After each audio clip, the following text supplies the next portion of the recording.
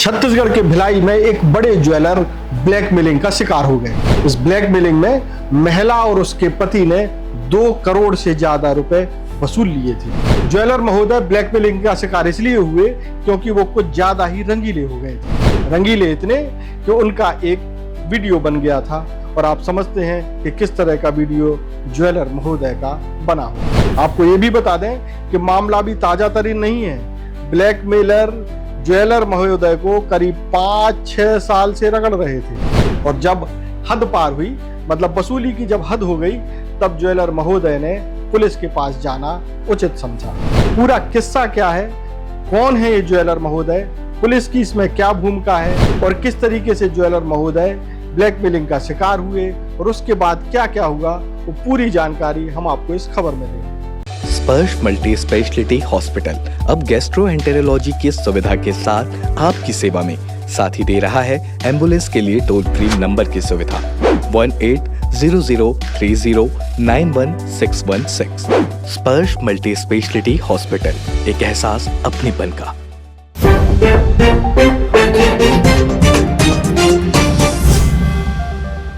नमस्कार, मैं हूं मयंक चतुर्वेदी और आप देख रहे हैं तीरंदाज। छत्तीसगढ़ के भिलाई में एक बहुत बड़े ज्वेलर हैं। हम उनका नाम इसलिए नहीं ले रहे हैं क्योंकि उनका नाम लेने से पुलिस भी बच इसलिए रही है क्योंकि ज्वेलर महोदय ज्यादा पहुंच वाले हैं और ज्यादा पैसे वाले भी हैं। और आप जानते ही हैं कि जब कोई पैसे वाले का मामला आता है तो पुलिस और प्रशासन भी थोड़ा सा अपने आप को बंधा हुआ महसूस करता है। इसलिए इस पूरे मामले को सेंसिटिव केस में डाल दिया गया है। हालांकि इसी तरह के अन्य मामलों में पुलिस ऐसा नहीं करती है। जो ब्लैकमेलिंग करता है उसको तो सामने लाया ही जाता है और जो ब्लैकमेलिंग का शिकार होता है उसको भी पुलिस मीडिया के सामने लाती है। लेकिन ये मामला थोड़ा सा रसूखदार और पैसे वाली पार्टी का है, इसलिए पुलिस जो है इस परंपरा को निर्वहन करने में थोड़ा सा असमर्थ दिखाई दी। अब आपको बता दें कि पूरा मामला है क्या। भिलाई में एक जगह है कैलाश नगर, वहां एक महिला रहती है।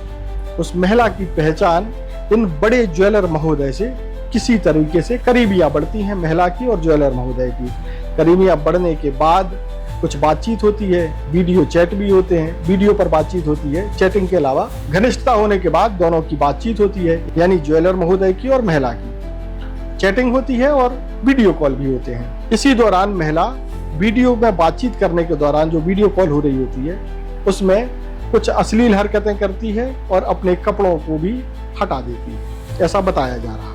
महिला की इस हरकत पर महिला को रोकने के बजाय ज्वेलर महोदय भी जो है अपने कपड़े उतार देते हैं। बस महिला को इसी बात का इंतजार था। पूरा जो वीडियो कॉल है वो रिकॉर्ड हो जाता है। इसके बाद शुरू होता है ब्लैकमेलिंग का सिलसिला। ये घटनाक्रम आपको फिर से याद दिला दें कि करीब 5-6 साल पहले हुआ, यानी 5-6 साल से ज्वेलर महोदय महिला और उसके पति की जो भी डिमांड थी उसको पूरा कर रहे थे।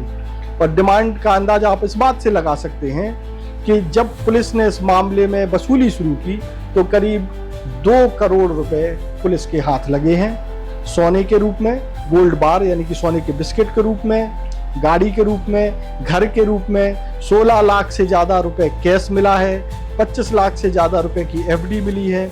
इसके अलावा और भी कई सामान पुलिस ने बरामद किया है।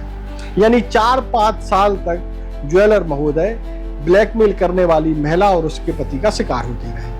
अब सवाल ये उठता है कि 4-5 साल तक ज्वेलर महोदय शिकार क्यों हुए। शिकार की केवल एक वजह थी कि अगर ज्वेलर महोदय वीडियो में कोई अश्लीलता अपनी तरफ से नहीं करते तो हो सकता है कि जब इस ब्लैकमेलिंग की शुरुआत हुई थी तभी ये पुलिस के पास पहुंच जाते या फिर ब्लैकमेलिंग हो ही नहीं पाती। चूंकि ज्वेलर महोदय भी इसमें बराबर के भागीदार थे, इसलिए महिला जो है और उनका पति इनको कायदे से चूसता रहा। अब आप सोचिए कि करीब 2 करोड़ रुपए तो पुलिस ने बरामद किए हैं, लेकिन अभी तक ये स्पष्ट नहीं हो पा रहा है कि वास्तव में रकम कितनी गई है। अंदाजा तो ये भी लगाया जा रहा है या चर्चा ये भी है कि ये रकम कहीं ज्यादा है जो वसूली गई है। इसके पहले लंबी रकम इन 5 सालों में वसूली गई और ज्वेलर महोदय लगातार इनको देते भी रहे।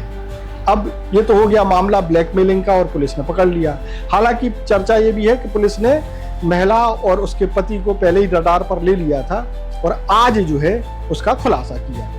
आज खुलासा करने के बाद पुलिस ने एक विज्ञप्ति जारी की और उस विज्ञप्ति में ज्वेलर महोदय का नाम और उनकी पहचान पूरी तरीके से छुपा दी। लिखा गया कि एक प्रार्थी ने शिकायत की थी और उसके आधार पर कार्रवाई की है। जबकि अमूमन पुलिस क्या करती है कि जो भी प्रार्थी होता है उसका नाम पता सब जाहिर करती है, लोगों को बताती है कि भाई इन्होंने रिपोर्ट दर्ज कराई थी और इन्होंने ब्लैकमेलिंग की है। लेकिन इस मामले में चूंकि मामला एक बड़े ज्वेलर से रिलेटेड था, एक पैसे वाले से रिलेटेड था, एक रसूख वाले आदमी से संबंधित था, इसलिए उसका नाम छुपा लिया गया।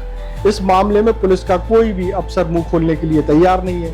अब आप देखिए कि केस सेंसिटिव कैसे होता है। केस सेंसिटिव की परिभाषा आखिर होती क्या है? केस तब सेंसिटिव होता है जब किसी दुराचार का मामला हो, किसी बच्चे से रिलेटेड मामला हो।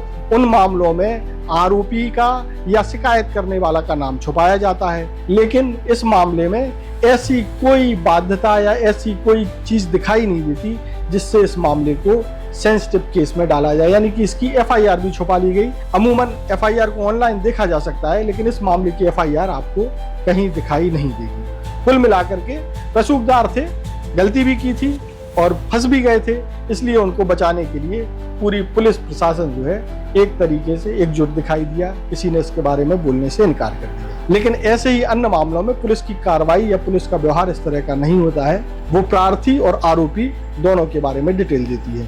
अब आप समझते हैं कि इन मामलों में पुलिस को कितनी मजबूरियों का सामना करना पड़ता है। वही मजबूरी पुलिस की इस मामले में भी दिखाई दे रही है। देश और दुनिया की ताज़ा तरीन खबरों से जुड़े रहने के लिए आप तीरंदाज को सब्सक्राइब करना बिल्कुल ना भूलें और बेल आइकन को जरूर प्रेस कर लें। और अगर आप हमारे इस वीडियो को हमारे फेसबुक पेज पर देख रहे हैं तो कृपया करके उसे भी फॉलो कर लें।